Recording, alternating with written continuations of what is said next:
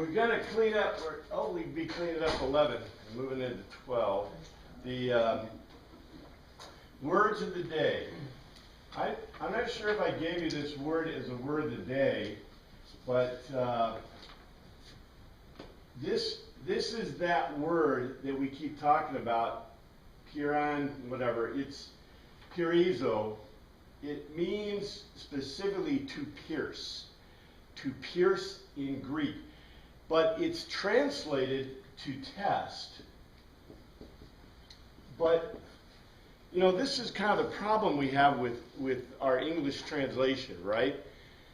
So, I don't think we have any word that's even comparable to this.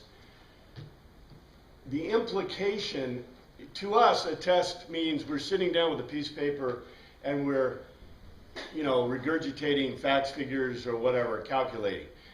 The idea to the Greeks, and by the way, to all ancient societies, okay, how many do you think had, like, driver's exams? Or, like, high school or college tests? Or, right? They didn't. These are, as a matter of fact, okay, this is one of the problems in history, and one of the things I try to write in my books about history.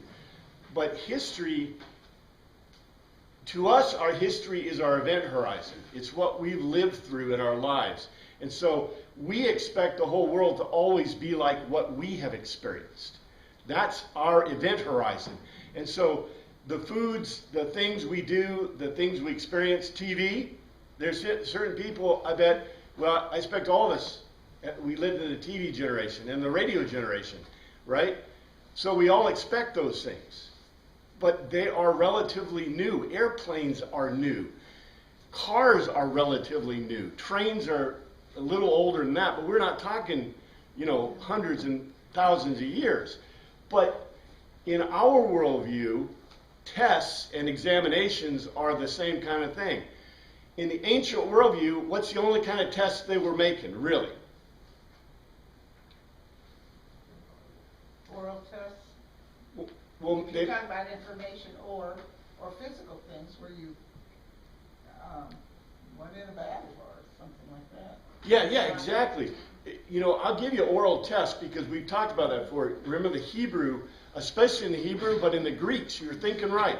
Because in the Lyceums, we have the three types of schools in the Greeks. You have Lyceums, you have the Gymnasiums, the Lyceums, and the Schola.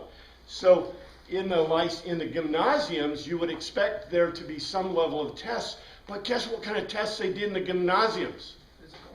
Well, not just physical, they did also the mental, but yeah, you're right on. So, you know, your test today, you're going to your gymnasium, and one of the tests is, today we're going to wrestle, right? Run, throw the javelin, do a sling, right? Because these were all, okay. If you gentlemen did not know how to throw a javelin at least a recommended or reasonable length of distance, what would happen to you? Well, I don't think they'd croak you, but you wouldn't be like, you would not even be considered a human within the culture of a level of degree. They would say, dude, you can't defend the city, therefore, you know, you're not there. And they send to the gymnasiums, right, to learn these things. And as well, they test you on, let's say, epic poetry. If you know the epic poetry. So the word, this word to test, means literally to pierce. And as I told you, I'm not sure where that came from. It could be from, you know, coins. Although the word is older than coins. Remember coins, 600 BC, Lydia. Don't ever forget this. Our event horizon, we've always had money in our pockets, or well, at least credit cards. We've always had something, right? But in the ancient, and maybe future guys want, future societies, I hope they don't, because taking control of money and no cash is really a dangerous thing if you don't know that, right? You know why, right? If you have no cash, someone else can control your buying and selling. yeah, somebody else can control your buying and selling. In fact, not only that, okay, if there's no cash, if you have a cashless society, who has to step in to ensure that everything's copacetic? The government, which means the government knows right now, every time the bank transfers $10,000 of your money, They know, they report it, it's reported. If there's It- electronic records of everything, they can have everything. They can have everything. And by the way, they can know where you bought it, why you bought it. Now, we don't have, obviously the answer is, well, you don't have anything to hide, right? Well, we don't have anything to hide. It's just, I don't care to have the government know everything about it. I'm sorry, we're moving into an interesting area, but yet you got to realize that in the ancient world, money was not ubiquitous. Money was not even in existence until 600 BC. And the Greeks had already transitioned to money. But this word is older than that. So to pierce, what does that mean exactly, to test something by piercing? I don't know. I don't think we exactly know. But do you see the implications of this word? So do you ever go to the grocery store and pick out fruit or vegetables? I was thinking of testing a cake when it comes out and putting Yeah. a toothpick in there, or like a blood test when they have to poke you. Except for the fact that, well, except for warfare, they didn't have blood tests. And except for, there's no cakes. But they had fruit and vegetables. They had So fruit and you could- vegetables. You could see, is this You good could or probably get bad? poked and prodded for medical things. Yeah. They had some pretty interesting beliefs about medicine. Well, remember this. You can't forget this about medicine. They did not treat illness. They did not treat illness. The Asclepions and all ancient societies did this. If you were ill, why were you ill? You were possessed by The gods had punished you and say, yeah, you were cursed by the gods. So even if there were doctors, I mean, we have Hippocrates, we have some doctor kind of guys, right? But even if there's a doctor and I come in and you're sick, it's like you have a fever caused by Zeus. What am I going to do? Maybe a sacrifice to Zeus? Who's going to do the sacrifice to Zeus? Not me. The priest, yeah. Well, actually the person.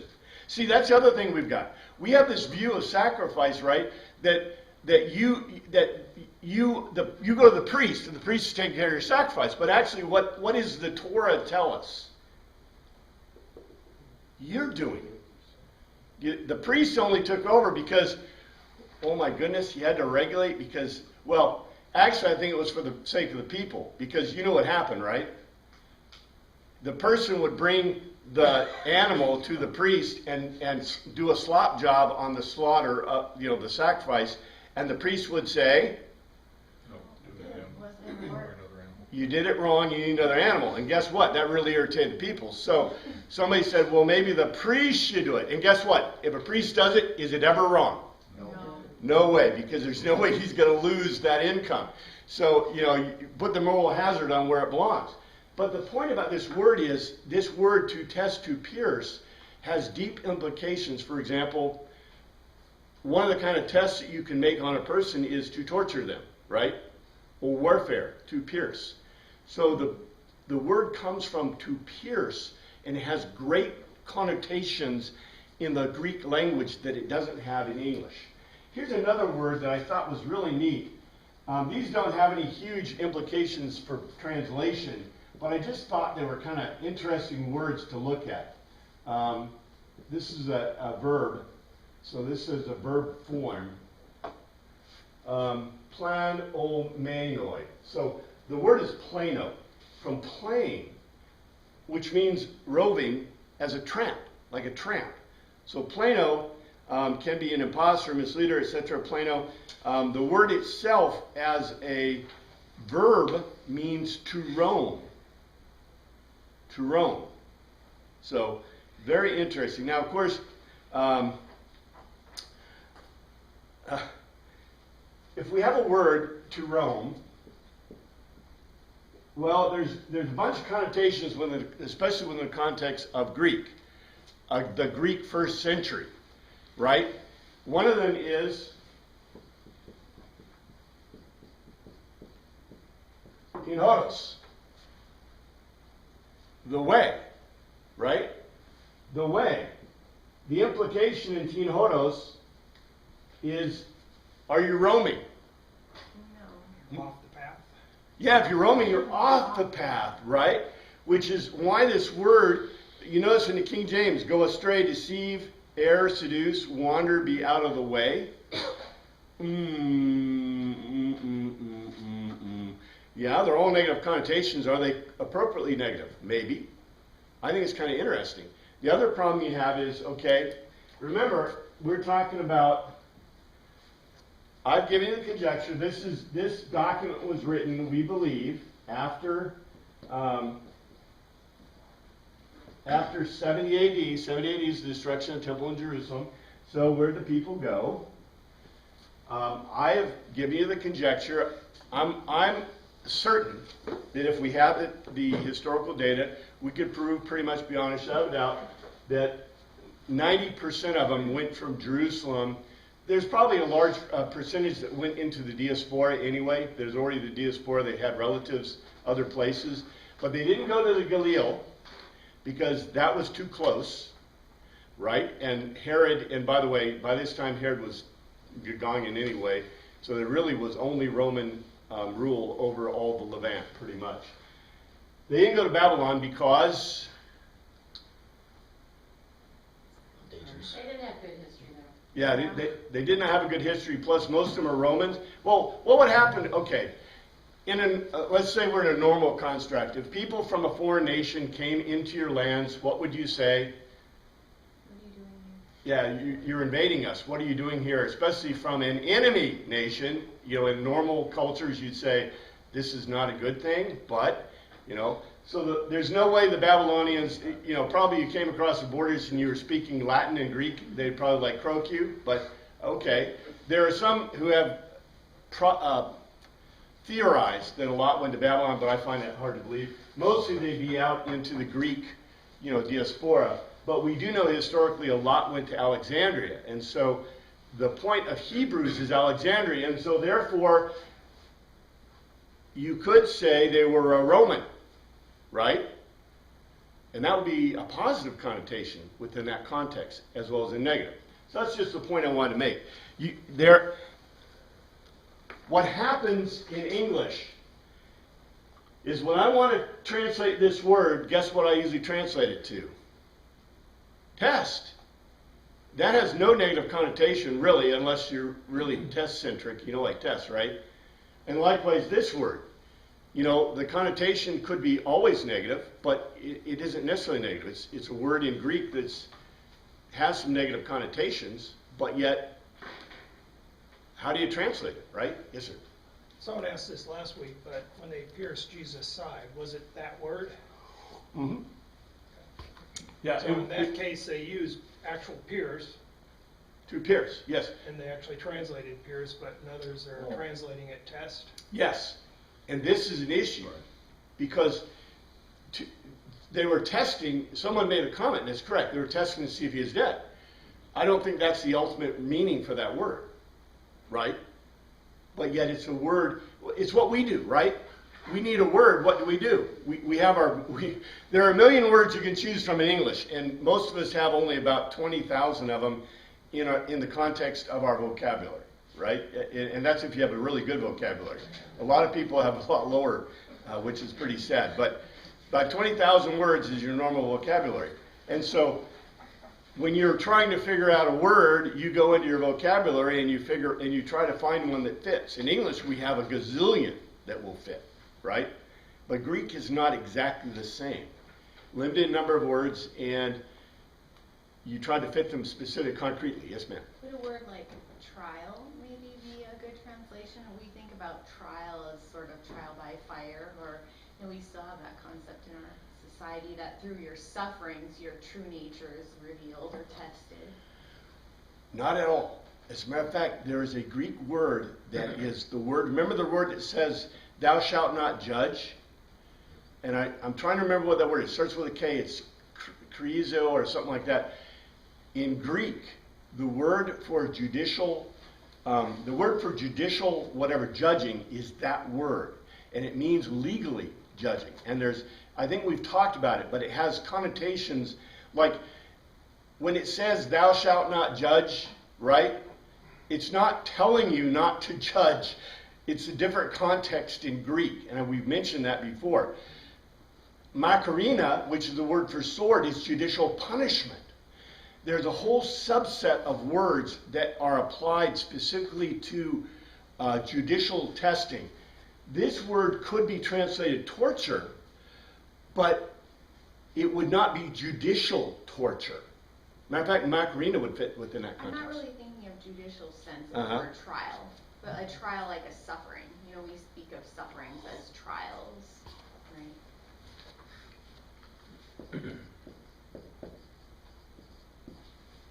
Pathos. Yeah. That's the thing about these words. In English, what do? We use words very euphemistically and we fit them into the context that we want because we have so many words we can use and we have so many intermediate meanings, right?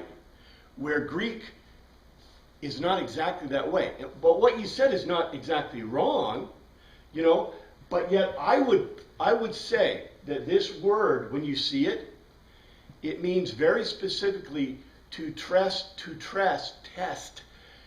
in a sense. I don't know, maybe it is like, you know, vegetables, but it's not within the context necessarily of judicial testing. And torture to us, well, why did you torture people usually in the old days? As of either a punishment or to get a confession. To get a confession. But yet in the ancient world, torture was used both as punishment, right? And the idea of getting a confession, usually, okay, the crimes of the ancient world, all right? How did we know they committed a crime in the ancient world usually? Somebody caught him. Yeah, they caught him. They saw him, right? Remember when the woman caught in adultery, which, by the way, is extra biblical, but it's okay. The woman caught in adultery. They said, we caught this woman in adultery, and they brought her to Jesus, right? That's extra biblical. It's not in any of the oldest texts, so it's probably not original. It was added probably by the Gnostics, but, you know, cool. It's a neat story. But you notice the point. She was caught, right? Most of the ancient crimes in the ancient world, they were caught. Remember the guys that were with Jesus on the cross? They were caught, right? They were caught doing these things. And so therefore, if they were caught, did you need a trial? No. We have this modern idea, it's American idea, that you are guilty, you are innocent until proven guilty, right? You're innocent until proven guilty, and it has to be beyond a certain shadow of a doubt, right? You can't, we have jury trials. In the ancient world, they didn't do that. They caught you shoplifting, they said, you shoplifted. What was the punishment within the culture? Death, cutting your hand off, whatever it was. That's it. You're toast. You don't need a trial. We caught you, right? And actually, in American jurisprudence, did they care why you did it? We don't care why you committed a crime. We punish the crime. However, in the modern era, I was going to say hate crimes and all that, and it has definitely changed. it has definitely changed, which is really odd. Yes, sir. I saw a billboard in Atlanta, and it was for a law practice, and the billboard said, just because you did it doesn't mean you're guilty. Which, by the way, I do want to point this out. You know, Well, Hillary Clinton being let off, and Comey even said in so many words, yeah, she did it. right? And anyone else who did this would not be let off, but I'm letting her off. Yeah, precisely. What is wrong with a society that, you know, doesn't punish crime, right? Even when it's known. So it's an interesting conundrum of the ancient world because, by the way, people were not put in prison in the ancient world because of crimes. Right. You knew that, right? Why did they go to prison? Political Yes. prisoner. Finance. Well, finance, what did they do for finance? If you were, You are in debtor's prison. no, That's they later. sold you into slavery. That's later. Much later. That's a much later event horizon. Isn't this cool? Their event horizon is if you were went into financial, they would sell. First of all, they would sell your family, right? Your wife, your children, whatever, into slavery, and try to recoup. And then if they couldn't recoup that, they'd sell you. But the better thing would be to keep you working so that they can make money from your, increase. So uses not finances. But what else? Somebody say. Oh, it's in Political politics, prisoners. political. Political prisoners, yes. Almost every prisoner that you'll find, because most crimes, right? I told you already. If I caught you doing something, let's say I caught you murdering, or I caught you, matter of fact, assault. Assault was usually, Hebrew, thou shalt not strike. It does not say thou shalt not murder. That is not correct. It says thou shalt not strike. Basically, assault was punished. Intentional assault is punished by death. So, in the ancient world, if you got caught doing things like, for example, assault, that's why Jesus said, and by the way, the law said, I can strike you open-handed, or actually, backhanded. Backhand. I can strike you backhanded. That's why if someone strikes you on your left cheek, then, I remember, anyway, Turn your other. if someone strikes you on your right cheek, right, turn the other cheek and give me your left. Because if they struck you, if you struck you with a fist or open hand this way, that was assault. And that was striking and you could be put to death for it. So, in the ancient world, if you were caught, the punishment, there's no trial, there's no judge, there's no jury, there's no trial, you go to jail. The other things that people could go to jail for, political prisoners, and almost 99.9% were political prisoners. The other reasons you could go to jail was, well, look at Socrates. What did they do to Socrates? Killed her. Yeah, he basically, they had him drink poison. He was convicted. The reason he went to a jury trial was because, why did he go to jury trial? Does anybody know? His opinions. You're corrupting the youth of that. Yeah, that's what he was teaching. Yeah, it was opinions. There was no law. There was no law that said, corrupting the opinions or doing disjustice to the gods. That's what they convicted on, was doing disjustice to the gods and corrupting the youth of Athens. There was no law that says you could not do these things. So therefore, it had to go to a judge and to a trial. By the way, a democratic trial. It was pure democracy in effect there. And they decided to croak him. And the reason they put him to death, and by the way, he was in prison for a period of time because they wanted him to do two things. What they wanted to do? His opinions. To repent. If he repented, they would let him off. And Credo, his buddy, said, what should you do? And by the way, the Credo is a whole, one of the Socratic dialogues, and wonderful. But Credo wanted him to run away. They were giving him an opportunity to either repent or run away. Because if he banished himself, and we've talked about how bad that would be, right? I mean, it would be good to, look, even another Greek, if he speaks Greek Athens, Athenian Greek, you're going to have a problem in the Greek world. That's the way the world is, okay? So, but people had done that. They had banished themselves. In Credo, Socrates says, what? I will go willingly to death. He wasn't a martyr. Why did he want to go to death? To Socrates, it was more important to uphold the morality of Athens, the morality and law of Athens, than for him to live. So that statement you saw on the billboard, Socrates would spit on it and probably go and rip out the electrical wires to it, because he would say, that is, and by the way, the New Testament and the Old Testament, I'm not saying God and Socrates thinking the same way, but let's just say God is thinking a lot like Socrates does. As a matter of fact, the rabbis do too. One of the greatest things the rabbis said, why should you not sin? Or what? One of the great things they said to the rabbis, why is it wrong to do sin? Why should you not sin? And the rabbis said, it is better to die than to bring more sin into the world. That is an orthodox viewpoint. In other words, the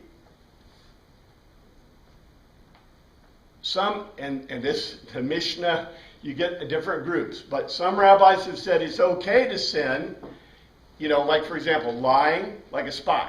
Lying, committing sexual thing, because you are in the service of your government. But then Orthodox Judaism has said, no, it is better to die than to bring any dishonor or disfavor on God or morality. So anyway, this is really deep stuff, historical theology. Anyway, let's look. We're at 37, and did we parse this? Can't remember. Here's the NIV. 37. This is 11:37. They were stoned. They were sawed in two. They were put to death by the sword. They went about in sheepskins and goatskins, destitute, persecuted, and mistreated. Yeah, I think we did. So literally, this says stoned, sawn in two, tested, tortured. Tested. This is the word prizo. In murder, died off a knife. That's makrina. It's judicial punishment. They came all around in sheepskins, a hide belonging to a goat, to be later inferior, crowded, maltreated. So a translation is this.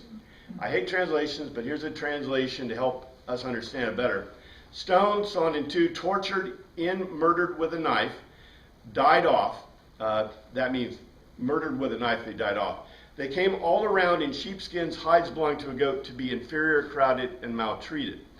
And I told you that in every case, these apply concretely. So here's one, the Ascension of Isaiah. I know you probably don't have that. I wish you did. I have it in here. It's one of the apocryphal documents. It says in the Ascension of Isaiah 5:11 through 15. I'll read this whole thing. It's a short piece. And they seized Isaiah the son of Amoz and sawed him in half with a wood sword. And Manasseh and Belkira and the false prophets and the princes and the people and all stood by looking on. And to the prophets who were with him, he said before he was sawed in half, go to the district of Tyre and Sidon, because for me alone the Lord has mixed the cup. And while Isaiah was being sawn in half, he did not cry out or weep, but his mouth spoke with the Holy Spirit until he was sawed in two. Beliar did this to Isaiah through Belkira and through Manasseh, for Samuel was very angry with Israel from the days of Hezekiah, the king of Judah, because of the things which he had seen concerning the beloved. This isn't our normal Isaiah. This is the other. I don't think this applies directly to Isaiah, but from the Ascension of Isaiah, that there was one of the prophets was sawn in half. There's also an implication in Jude that is an allusion to the apocryphal documents about the prophet that was sawn in half. But I think, again, these are direct allusions. And then you have the 2 Samuel, Kings. Let's see, 2 Samuel. Look at these. I'm not going to go into great detail. Let's see, this is 2 Samuel.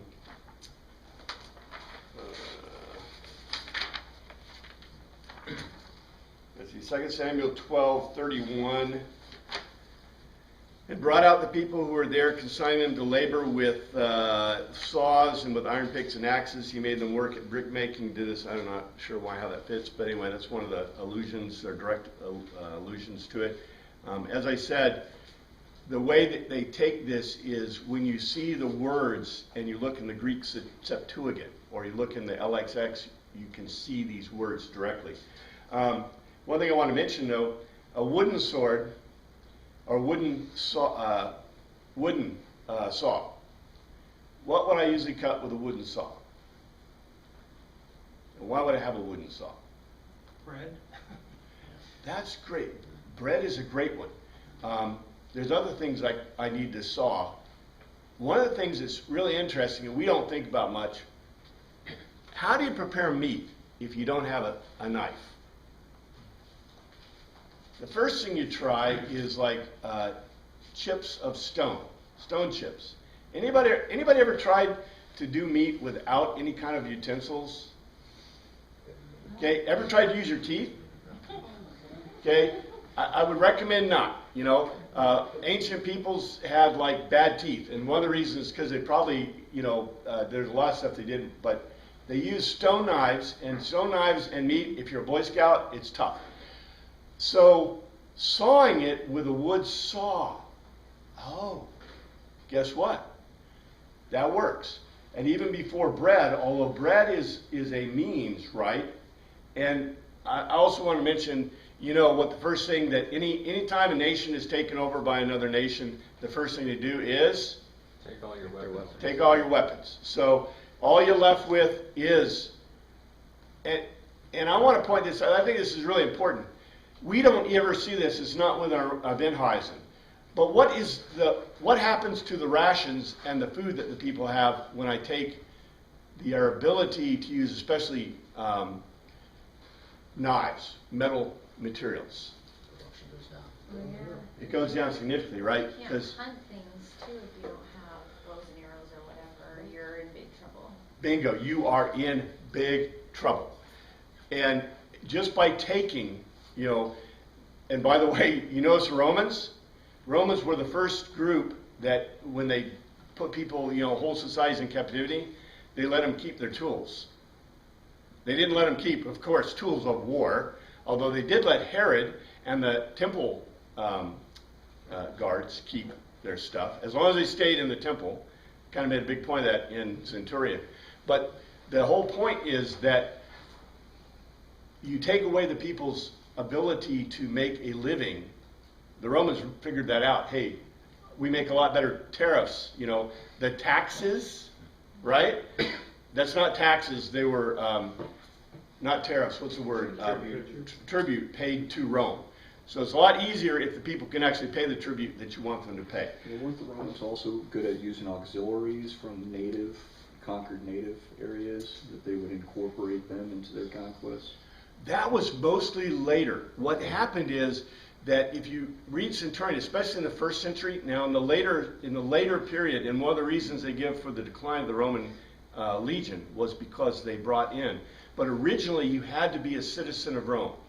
Because the legions were primarily infantry, but they're cavalry and archers. They pulled from other cultures. That archers maybe, but remember in the first century period there was no archers, they only had slingers, and they did have the horses weren't big enough to carry full men at arms. Chariots. So they did have Ducarions, and all those were Roman citizens, at least into later periods. I have not really studied in depth anything beyond the first century, but I know that by law you could not be a member of the Roman legion unless you were a citizen. Now, the auxiliaries that were used, the Romans did not like auxiliaries at all, especially early period, because they felt they were, they're like us. It's like mercenaries, right? And I don't know if there's any evidence of them hiring many mercenaries. I don't know. I really am not, an expert past that first century period. But I do believe they did hire mercenaries and had some, I know they had auxiliaries later on. But like I said, that was one of the reasons they said decline of their thing. And by the way, a lot of nations realized that there's big problems with hiring mercenaries or having auxiliaries, and they don't work very well. So, yeah. The Romans were the most powerful when they held to their own conscious systems of law and belief. And when you start going away from law, that's when you really start having problems. 1 Kings 19, 1 through 21, or through that chapter, it's 10. He replied, I have been very zealous for the Lord. See, who is this? This is Elijah. Oh, we've had this. I've been very zealous for the Lord God Almighty. The Israelites have rejected your covenant, broken down your altars, put your prophets to death with the sword. I'm the only one left, and now they're trying to kill me too. I thought the pastor was making fun of that, and I think he's right on, because you guys realize, right? I keep trying to tell you, there is so much humor that the Jewish people are not known for their humor, although they make they have some of the greatest comedians in the world, right? But yet, you should realize that in the Old Testament, the Tanakh and Torah, are all kinds of jokes. They're jokes that we don't get because our translations, but you can get this, and the pastor, I thought put it right into perspective, because, God himself is making fun of Elijah, if you read that, right? And Elijah was whining. It's like, okay, stop whining, Elijah. 13, when Elijah heard it, he put back his cloak over his face and went out and stood at the mouth of the cave, and the voice said to him, yeah, and this is when the voice, right? It wasn't in all the big things. This is really interesting that this is fit here, because there is much more in this than meets the eye. Okay, you know what it is, right? we are in the era of, okay, it starts with animism, and then you have pantheonic paganism, and then you have Mysterion, and you have Gnosticism. Okay? To get to pantheonic paganism, you have literacy. You gotta be literate. You have literacy. And so words actually have meanings. You can have archetypes, and you can have concepts. You cannot have concepts in animism. However, you notice, God sent a great force of wind. In an animistic viewpoint, what caused the wind? There was a God in there. A spirit. A spirit was in the wind, causing the wind, right? It's the spirit of the wind. But it says in Isaiah, God was not there. God was not in the wind. All right? In other words, the wind is at the power of God. Okay? In other words, it's not the wind, it's God. We're still not getting far away from this concepts, but it's a direct affront against the idea that there is any other power or spirit except God. And then one said he's not in the fire, he's not in the other thing, and then finally he was in a small voice. What is important about that? The voice is literacy. It's archetypes and concepts. It's remember I told you can't have a chair if you don't have the idea of a chair in your mind, like CHAIR, then how do you know what an archetype of a chair is? All I can say is, yeah, this chair, brown chair, right? That's a chair. But how do I know what the archetype of a chair is? Or a concept like love or anything like that? I have no idea. But you notice, it says that God was in the whisper, which means that God was in the, what's that? Breath. Well, the breath, but the Amar, or the Logos, which I'll give you is, we have Sarx, Suke, and Pneuma. God was in the, which one do you think? Conscious breath, right? But the conscious breath was full of, as it says, in the beginning. The beginning was God's. And God's, the Ruach HaKodesh was across the waters, and God amarred. And in John it says, in the beginning was God, and the Logos was with God, the Word was with God, the Logos, the argument, was with God, and God spoke the argument, which, by the way, is what the Septuagint says. So we have God speaking in a small voice, which is the Amar. By the way, that means that who is speaking? Jesus. Yeah, Christ, the Christus, who is the dimensional, remember, God is a four-dimensional being that's projected into three dimensions. So whatever that projection, and by the way, that means that any projection of God into the third dimension has to be Jesus, right? He is that representative. Anyway, I mean, there's a lot of stuff here. So Elijah went from there, found Elisha, the son of Shaphat. He was plowing with 12 oxen, and himself was driving the fifth pair, and Elijah went to him and threw his cloak around him. And then we go to 1 Kings 21. 13, then two scoundrels came and sat opposite him and brought charges against Naboth before the people, saying, Naboth has cursed both God and the king. So they took him outside the city and stoned him to death. That was one who was lapidized. The Greeks had an actual word, and actually we have a word that means to stone. 2 Kings. Elijah took his cloak, rolled it, and this is 8, and let's see, chapter 2:8. Elijah took his cloak, rolled it, and stuck the water with it, and the water divided to the right and left, and the two of them crossed over the dry land. He picked up the cloak that had fallen from Elijah and went back and stood in the bank of the Jordan. That's 13. These are all allusions. I'm just reading you the specifics. I'm not going into great detail. 1 Chronicles 24. This is 21.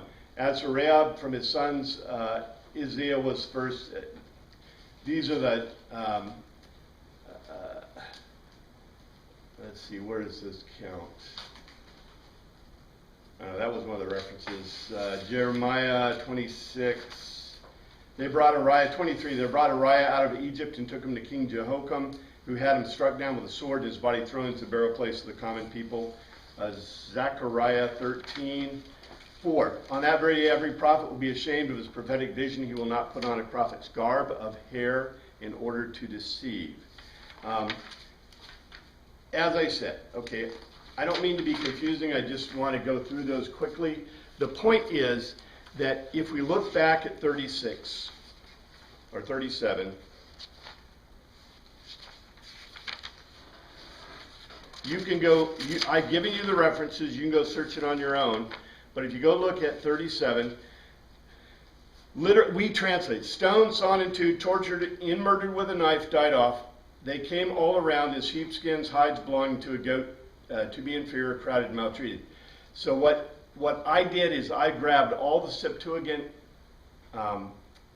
words where they use these words, just like they would in, like you would have done if you had known the Septuagint, and these are where you go. So if you go back and look, these are the concrete references directly to this scripture, and as I said, or to the statement.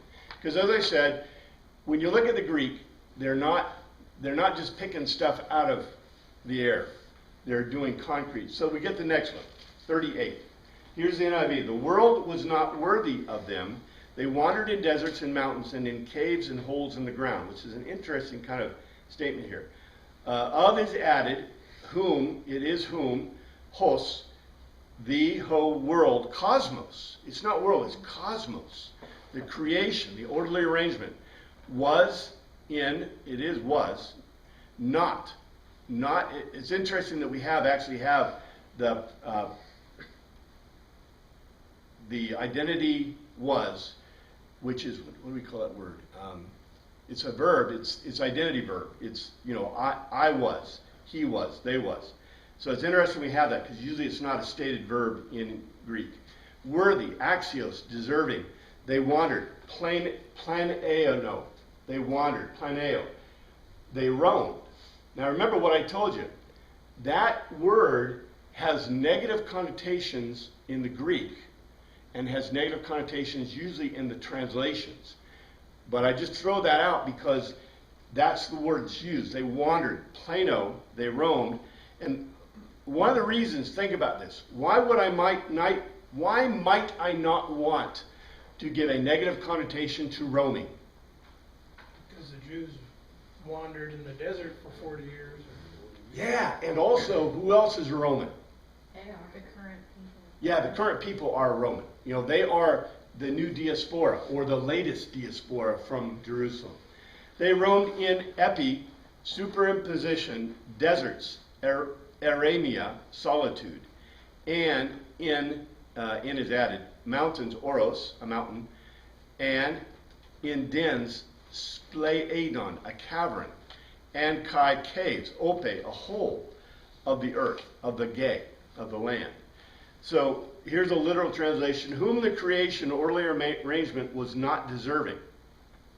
Whom the creation was not deserving. They roam within solitude and a mountain and a cavern and a hole in the land.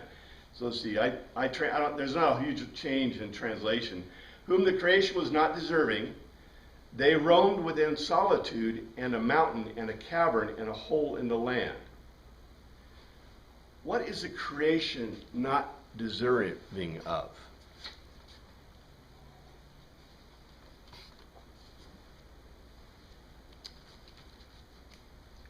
The people.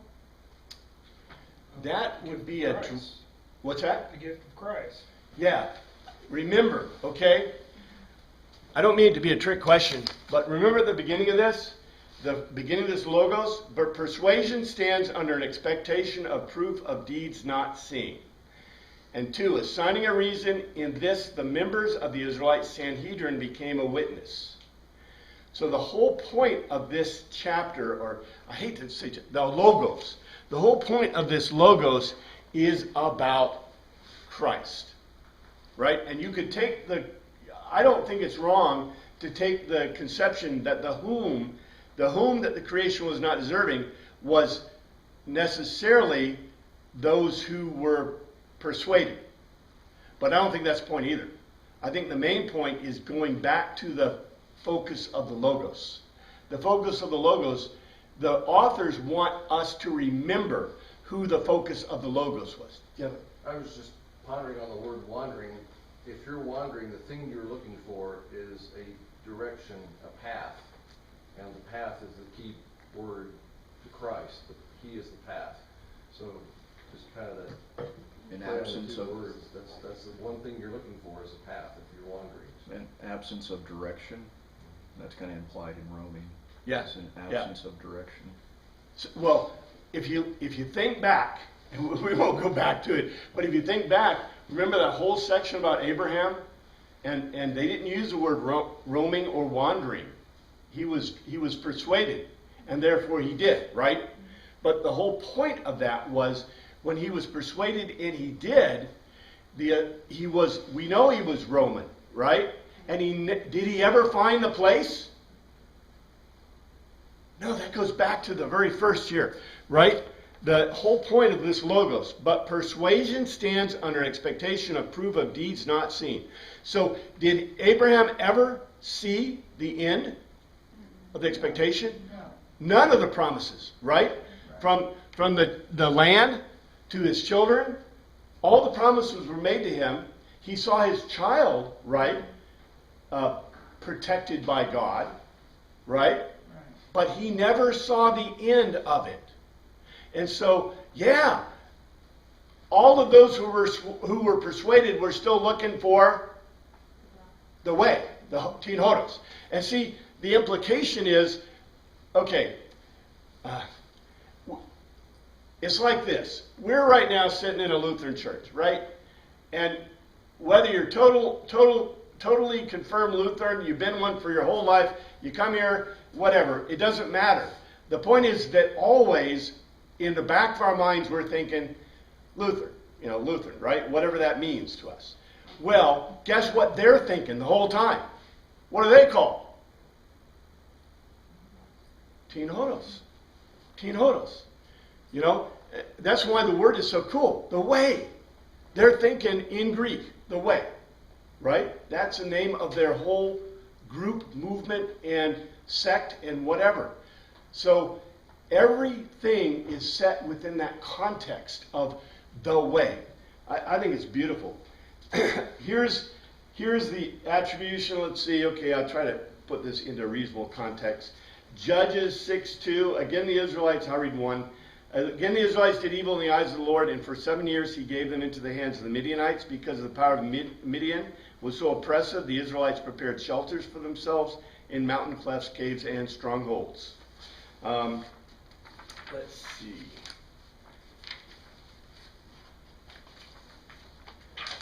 First Kings 18.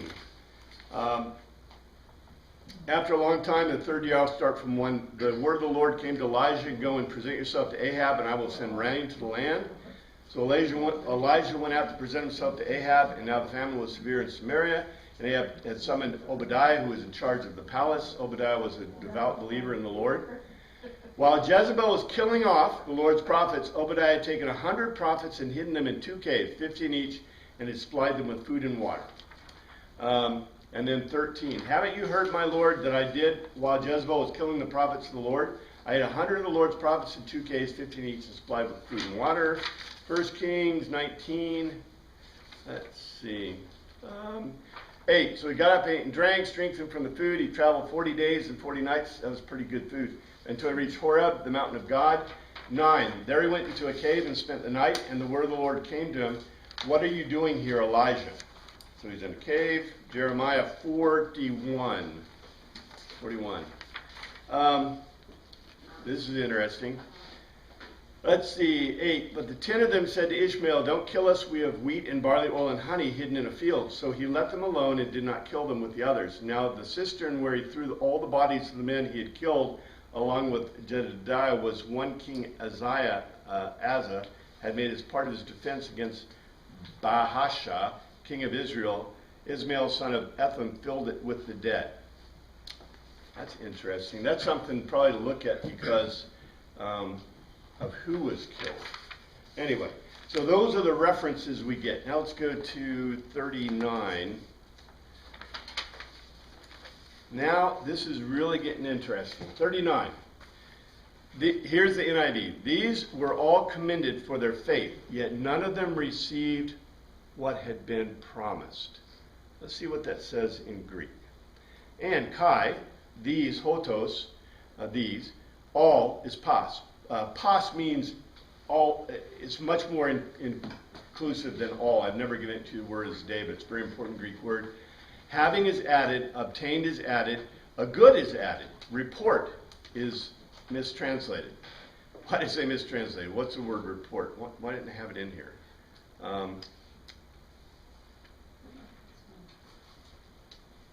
Anyway, let's see. Yeah, it's not even in there. There's no word report in there. The word is martyrio, to be a witness through. Okay, here's the words in the Greek. Kai, hotos, pas. Martyro. Martyro means to be a witness. Through is dia, through. Persuasion, received, komizio, to provide for. Not. The promise, the evangelia, the message of the gods. So here's a literal translation. In all these, to be a witness through persuasion, to provide for not the message of the gods. And here's a translation. And these, everyone, were a witness through persuasion, not to provide for the message of the gods, not to provide for the gospel. That's what it says in the Greek. Not to provide for the gospel. I point you back to the beginning. The beginning was, persuasion stands under expectation of proof of deeds not seen. In other words, all of these people who were persuaded, did they expect the evangelia? Did they expect what we call the gospel or the message of the gods?